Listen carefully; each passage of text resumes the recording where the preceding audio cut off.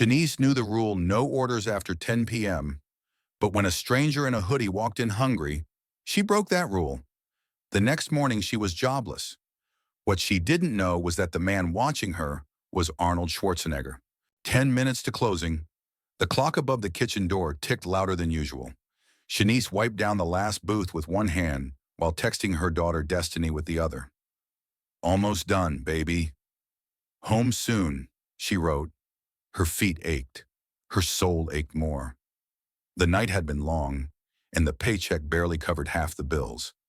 She glanced at the front door, hoping no one else would walk in. That's when it happened. The door creaked open, and in walked a man. Not just any man, tall, broad-shouldered, moving slow like the world owed him nothing. A hoodie draped low over his cap. No one could see his face, just the outline of age and muscle beneath his coat. Chenise froze. The sign clearly said closed, and the manager's rule was strict: no new customers after 10 p.m., no exceptions. But then she saw the man's hands rough, calloused, worn like someone who built things or fought for things. He walked to the corner booth, the one by the window, and sat down quietly. Didn't even ask for a menu, just sat there. Chenise looked at the kitchen. The manager had already left. Only the dishwasher remained, and he didn't care. She sighed. Policy or compassion, orders or instinct.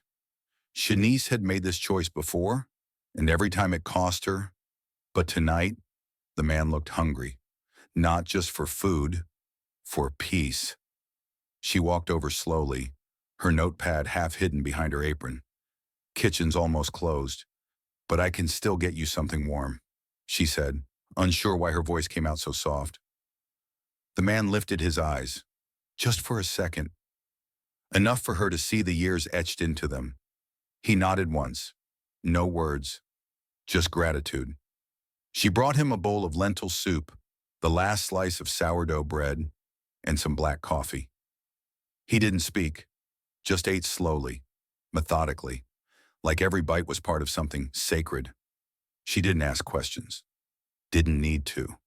Some people carry silence louder than any story. After he finished, he placed the napkin over the bowl and gave her a small nod before heading out. No receipt, no card, just that same silent step, disappearing into the cool Venice night. Chenise walked over to clear the table. As she lifted the napkin, her breath caught. 5 neatly folded bills, $100 each, wrapped tightly in the same napkin he'd used. No note, no name, just quiet acknowledgement.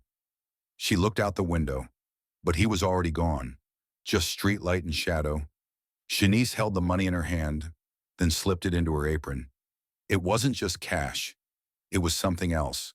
A reminder that kindness doesn't go unnoticed, that someone out there still saw her, even when the world didn't. She locked the doors, turned off the sign, and took one last glance at the corner booth. She didn't know his name, didn't know his story, but something told her this wasn't the end of it. Not even close. Before we dive in, let us know where you're watching from today, and if you like this story, don't forget to subscribe. By the time the sun peeked through the blinds of her apartment, Chenise had already packed Destiny's lunch, double-checked her resume, and convinced herself that everything was fine. She still had a job. She still had that quiet moment last night that reminded her kindness still mattered. But at 9:04 a.m., her phone buzzed. It was a message from the assistant manager. "Come in early, before your shift." That was never good. She knew it before she even locked the apartment door. By 10, she was sitting across from Mr. Randall, the restaurant's general manager. His office smelled like burnt coffee and plastic binders. He didn't look up from his paperwork when he spoke. "Chenise, you knowingly violated a non-negotiable policy," he said. "That customer came in after hours. You served him. You know the rules." She opened her mouth, then closed it. Her defense felt small in this room. He looked hungry. The kitchen wasn't shut down yet. It was just soup. "Doesn't matter." He cut in. That's not your decision to make. You've been warned before about following protocol. I'm afraid we'll have to let you go. It was the kind of sentence that falls in slow motion, not because it's unexpected, but because it lands heavier than it sounds. Fired. Not for stealing, not for being late, but for feeding a stranger. You're serious, she said, her voice low. Dead serious, he replied without flinching. You're a good person, Chenise, but this isn't a charity. It's a business. Compassion doesn't cover overhead. That line sat in her chest like a stone. As she walked out the back door of the restaurant, the kitchen staff avoided her gaze. Only Carla, the hostess, met her eyes. Sorry, she mouthed silently.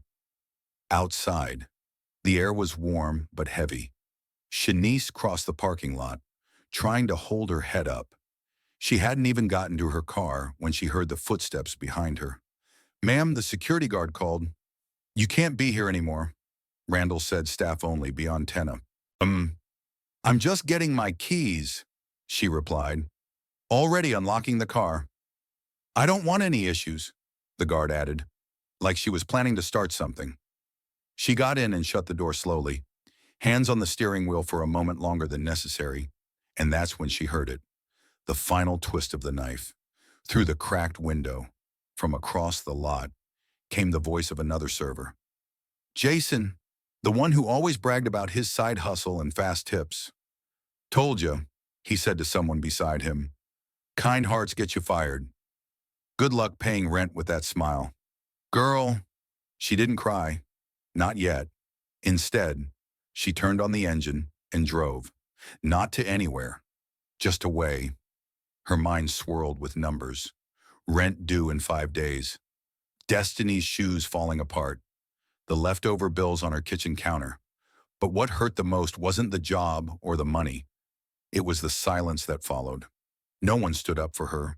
No one said. She did the right thing. She had made a choice, one she thought meant something, and the world around her answered back with a closed door. Back home.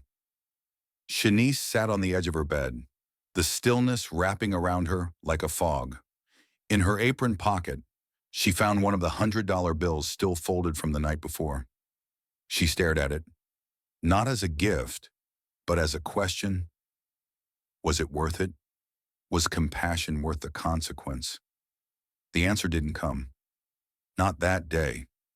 All she had was the echo of a man's quiet nod and the stinging memory of being told that goodness had no place in business. The following Monday, the house was still and quiet. Destiny had gone to school, and Chenise sat at the kitchen table with a chipped mug of coffee and a newspaper she wasn't really reading. Her phone buzzed once. Unknown number. She hesitated. Bill collector, telemarketer. Maybe the manager calling to rub it in. She let it ring. Then it buzzed again. Same number. This time, curiosity edged out the dread. She answered. Hello, a woman's voice replied, calm and professional. Hello, may I speak with Ms. Chenise Davis speaking, Chenise said slowly. Ms. Davis, my name is Marisol Rivera. I'm with the Future Foundation for Youth Empowerment. We'd like to speak with you about a leadership opportunity within our community programs. Chenise blinked. I think you have the wrong person. Actually, no, Marisol replied. You were nominated by someone who observed your compassion and integrity firsthand. He asked that we reach out to you directly. Chenise sat up straighter. Nominated who? What is this really about? We'd prefer to explain more during a formal meeting. If you're open to it, I can send you an email with the details, including the time, location, and our director's letter of endorsement. Still thinking it was a prank, Chenise agreed just to end the call. Minutes later, the email came through. Subject line invitation to interview, FFYE, and below it, a scanned letter. At the bottom, in unmistakable bold ink, was a signature. Arnold Schwarzenegger. Chenise stared at the screen. The signature, the name, the man. Her mind went back to that night. The booth by the window, the silent presence, The nod, the 5 bills. Was it him? It didn't make sense. Arnold Schwarzenegger. What would he be doing in her rundown diner, hidden under a hoodie and cap? She opened the attachment again, searching for the joke, the trick, the asterisk. But everything about it felt official. It listed the organization's goals: mentorship, education, access to sports and nutrition for underprivileged youth, especially children of immigrants. It listed her name, and it offered a paid training and leadership program with housing stipends and full support. We believe in giving second chances to those who give first. The letter read. For a long moment, Chenise didn't move. Her coffee had gone cold. Her world had gone warm. Was this real? And if it was, why her? She clicked on the organization's website. Real, verified. She found a video from last year's event. In it, Arnold stood behind a podium speaking to a group of teenagers. Strength, he said, isn't about muscle. It's about who you are when no one is watching, who you help when no one expects it. She remembered that voice now, not from that night, but from years ago, in action films, in interviews, and somehow, now, in her inbox. For the rest of the day, Chenise walked around like the world had tilted slightly. Part of her still didn't believe it. Another part had never needed it more. That night, she made dinner for destiny with a little more energy than usual. Laughed a little louder, slept a little deeper. The next morning, she stood in front of her closet, hands on her hips, unsure what people wore to interviews with someone like Arnold Schwarzenegger. She didn't have much, but she had enough. She chose the blouse with the missing button and made sure it stayed hidden under her jacket. Just before leaving, she looked at herself in the mirror. "You're not lucky," she whispered. "You're seen." Then she stepped out the door, not knowing what waited, but finally willing to believe that something good just might. The community center wasn't what Chenise expected. It wasn't some sleek building with polished floors and air-conditioned halls. It was a repurposed gym in the heart of a working-class neighborhood, the walls covered in murals painted by the kids who came through it. The smell of rubber mats, disinfectant, and fresh tortillas from the corner kitchen filled the air. There were weights stacked against the wall, a row of donated laptops humming in the next room, and teenagers racing each other in the courtyard outside. The place wasn't fancy, but it was alive. The Future Foundation for Youth Empowerment, founded by Arnold himself, wasn't about giving handouts. It was about building something that outlasted circumstances: vocational skills, personal discipline, respect. Chenise walked through the halls the first morning, clipboard in hand, schedule taped to the back, trying to look like she belonged. A few staffers nodded. One or two looked her up and down, eyes lingering just long enough to say what their mouths didn't. New girl, no experience, hand-picked, must have known someone. She kept moving. The kids were different. They didn't care where she came from. They just wanted to know what time lunch was and whether she could help them with job applications or practice their English. Chenise threw herself into the role. Morning shifts in the kitchen, afternoons helping with life skills sessions, evenings shadowing one of the veteran coordinators. But on her third day, it happened. A small mistake, a big ripple. She had been tasked with reviewing the lunch delivery schedule. Simple enough, or so she thought. In trying to help early, she misread the inventory notes and approved a half order for Friday's meal plan. The result, nearly 30 kids left with no lunch, just cold water and a short apology. Word spread fast. Some of the older teens shrugged it off, but the younger ones, many of whom only ate hot meals at the center, looked up at her with quiet confusion. Hunger is subtle like that. It doesn't cry, it just waits. Chenise was devastated. She didn't try to hide behind excuses. During the afternoon circle session, she stood in front of the entire youth group and said, "I messed up. I didn't double-check the order, and you paid the price.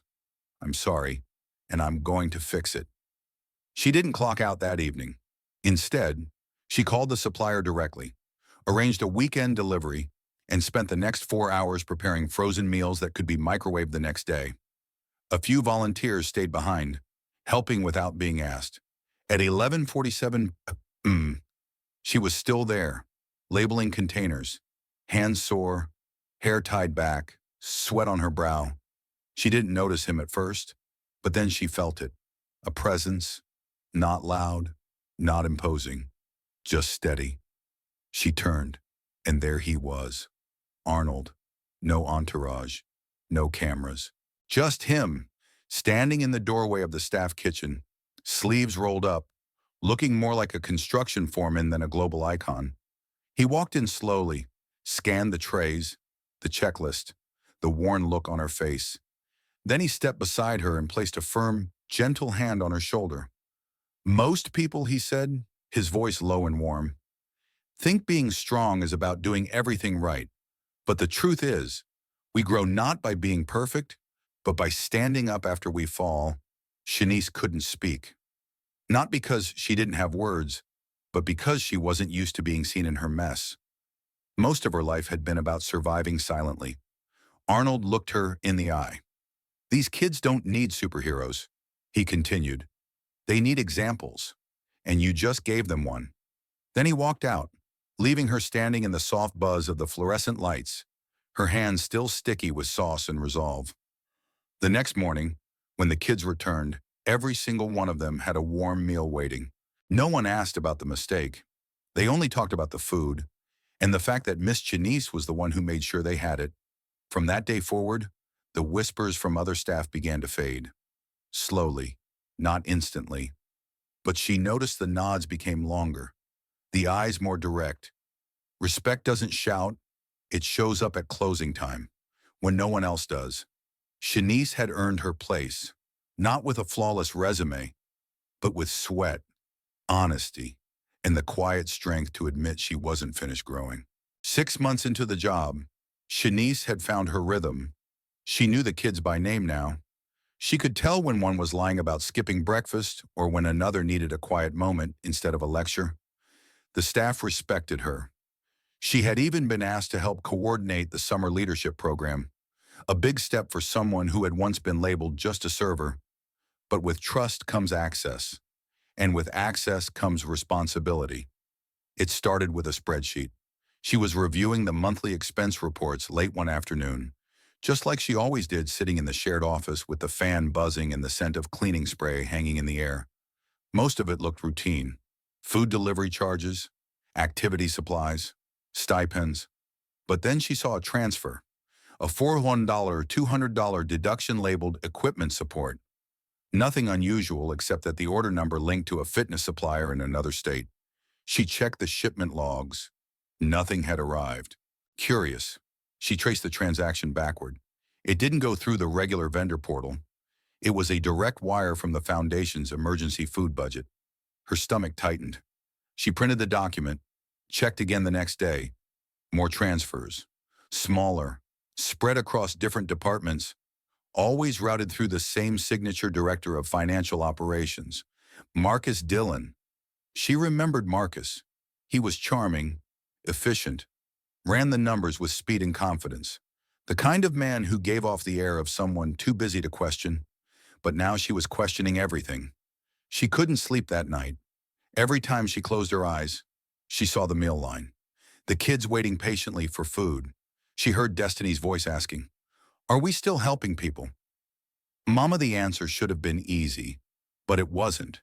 If she reported it, there would be an investigation. Funds frozen, programming paused, maybe even a shutdown during the audit. Hundreds of kids, some of them depending on the Center for Food, mentorship, safety, left in limbo. But if she stayed silent, she became part of it, complicit, a shadow over everything she'd fought for. She sat at her kitchen table, the same spot where she'd once clutched 5 crumpled bills, wondering if kindness had a price. Now she was asking if integrity had one too. The next morning, she walked into the center like normal, smiled at the receptionist, helped a boy fix his backpack zipper, but inside, her heart pounded like it was fighting its way out. She went into the staff office, closed the door, and opened her laptop. In the subject line, she wrote internal ethics concern, urgent. In the body of the email, she laid out everything, the numbers, the account transfers, the vendor anomalies, and at the end, she signed her name. No anonymous report, no hiding, just Chenise Davis. It wasn't bravery that made her do it. It was the memory of those kids with no lunch on her third day. The way their eyes held quiet trust. She wouldn't betray that.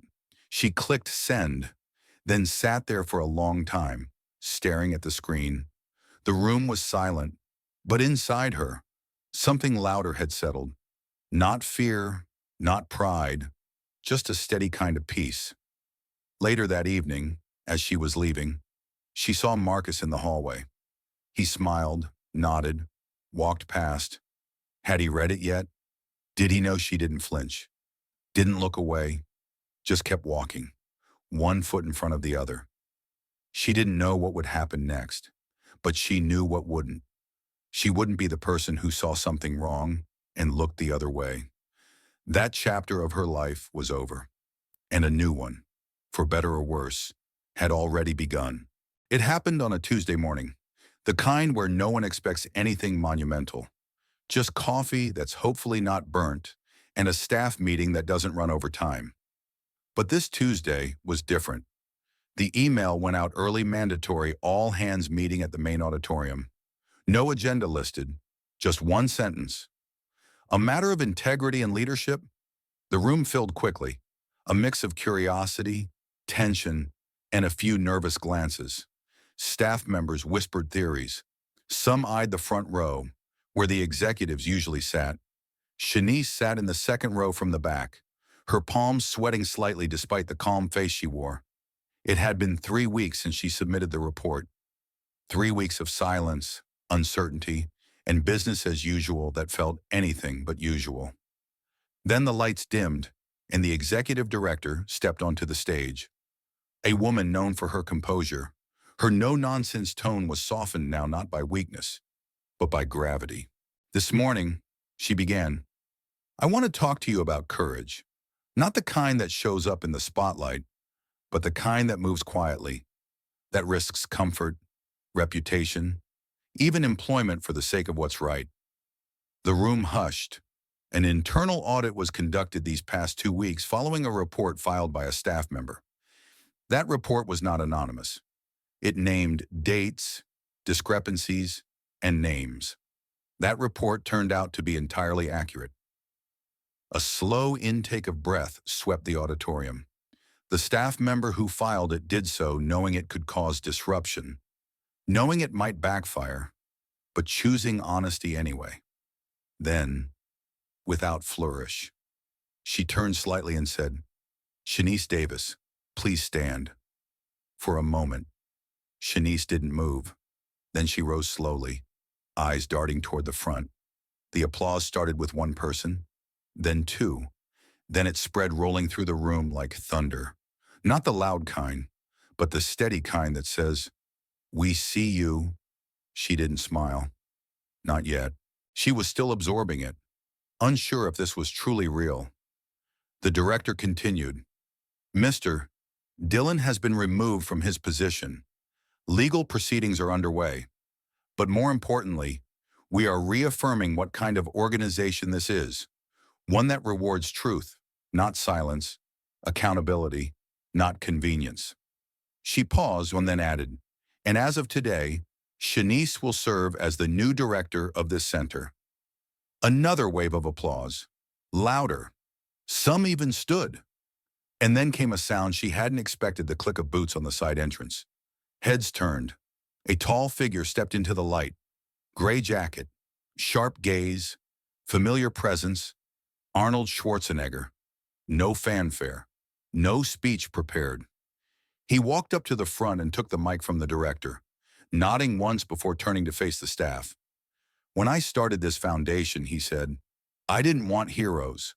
I wanted mirrors, people who could reflect back the best parts of who we all want to be. He looked at Chenise. When I choose someone to lead, I don't look for perfect. I look for someone who once stood alone and chose what was right even when it cost them. He stepped closer. Chenise didn't just file a report. She reminded all of us what leadership really is. And it's not about the title. It's about the weight you're willing to carry when no one's watching. A beat of silence passed, filled only with the hum of ceiling lights and the pounding of Chenise's heart. Then, from the side of the room, a smaller voice cut through. "Mom."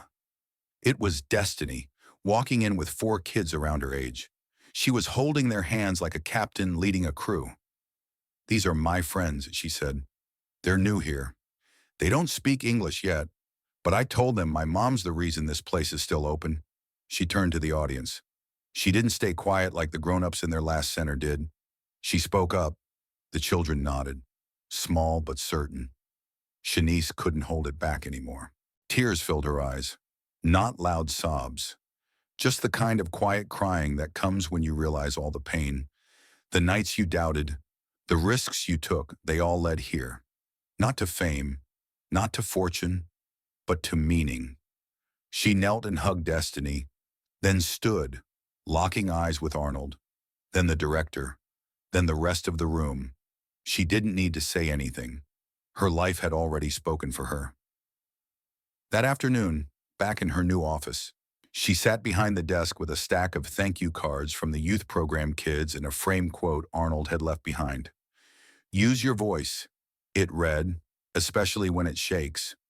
She touched the frame gently and whispered, "I did." And outside, the center continued buzzing with laughter, energy, hope. The kind of place built not on cement or paint, but on courage. The kind that starts with one person refusing to be silent. It was just another afternoon. The kind where the hum of air conditioning fills the halls and the sound of kids laughing from the courtyard sneaks in through open windows. Chenise sat at her desk, sorting through paperwork and reviewing next month's mentorship calendar. Her new office was brighter than the last one, not bigger, just brighter. Maybe it was the way light hit the window now, or maybe it was what had changed inside her. A knock on the door, familiar, solid. She looked up. Arnold stood there, holding a worn wooden box in both hands. "Hope I'm not interrupting," he said. Chenise smiled. "You're always welcome here." He walked in, placed the box gently on the desk, and sat without saying much. For a moment, they both just looked at it. The box was old but clean, smoothed by time. The hinges squeaked when she opened it. Inside, on a piece of folded cloth, sat a single weathered brick. "I used to lift that," Arnold said, nodding toward it. "As a kid, before gyms, before money, before anything made sense, it was my first weight, my first promise to myself." Chenise ran her fingers gently over its surface. You could almost feel the calluses it had helped build. "Why give it to me?" she asked softly. He leaned back, eyes distant, because not everything belongs in museums or behind glass. Some things, some promises, they're meant to be passed on. Quietly, carefully, like strength that doesn't shout. She nodded, the weight of the gesture heavier than the brick itself. "I thought about giving it to a collector," he added, half smiling. "But they'd frame it, make it a story for others to tell. You made your own." Just then, Destiny knocked, poking her head in. "Hey, Mom, can I talk to you for a sec?" Arnold stood, my cue to go. He gave Destiny a warm smile, ruffled her hair gently, then disappeared down the hall. Chenise gestured for Destiny to come in. The girl didn't sit. She stood tall, serious in a way that surprised her mother. "I've been thinking," she said, "about what you did, how you changed everything." Chenise raised an eyebrow. "Everything?" Destiny grinned. "Well, a lot." Then she hesitated, gathering courage. "There's a neighborhood near Aunt Carla's. They don't have a youth center, not even a park that feels safe. I want to start something there. Not big, just a weekend program, like how you started here." Chenise blinked. "You're serious, dead serious," Destiny said. "I even talked to a few friends. We've been reading up on grant proposals." I just, I want to do what you did, for someone else. For a moment, Chenise couldn't speak. Then she stood, walked over, and hugged her daughter tightly. You already are, she whispered. That night, after the building emptied out and the sun dipped low behind the city, Chenise sat alone in her office once more. The wooden box was still on the desk, the brick still inside. She closed the lid gently, locked it, and slid it onto the shelf behind her. Not to hide it, but to keep it close. Strength, she'd learned, isn't always loud.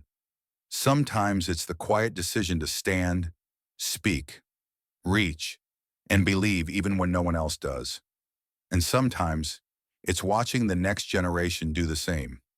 Not because you told them to, but because they saw you do it first. If you enjoyed this story, let us know in the comments. And don't forget to like, share, and subscribe for more inspiring stories.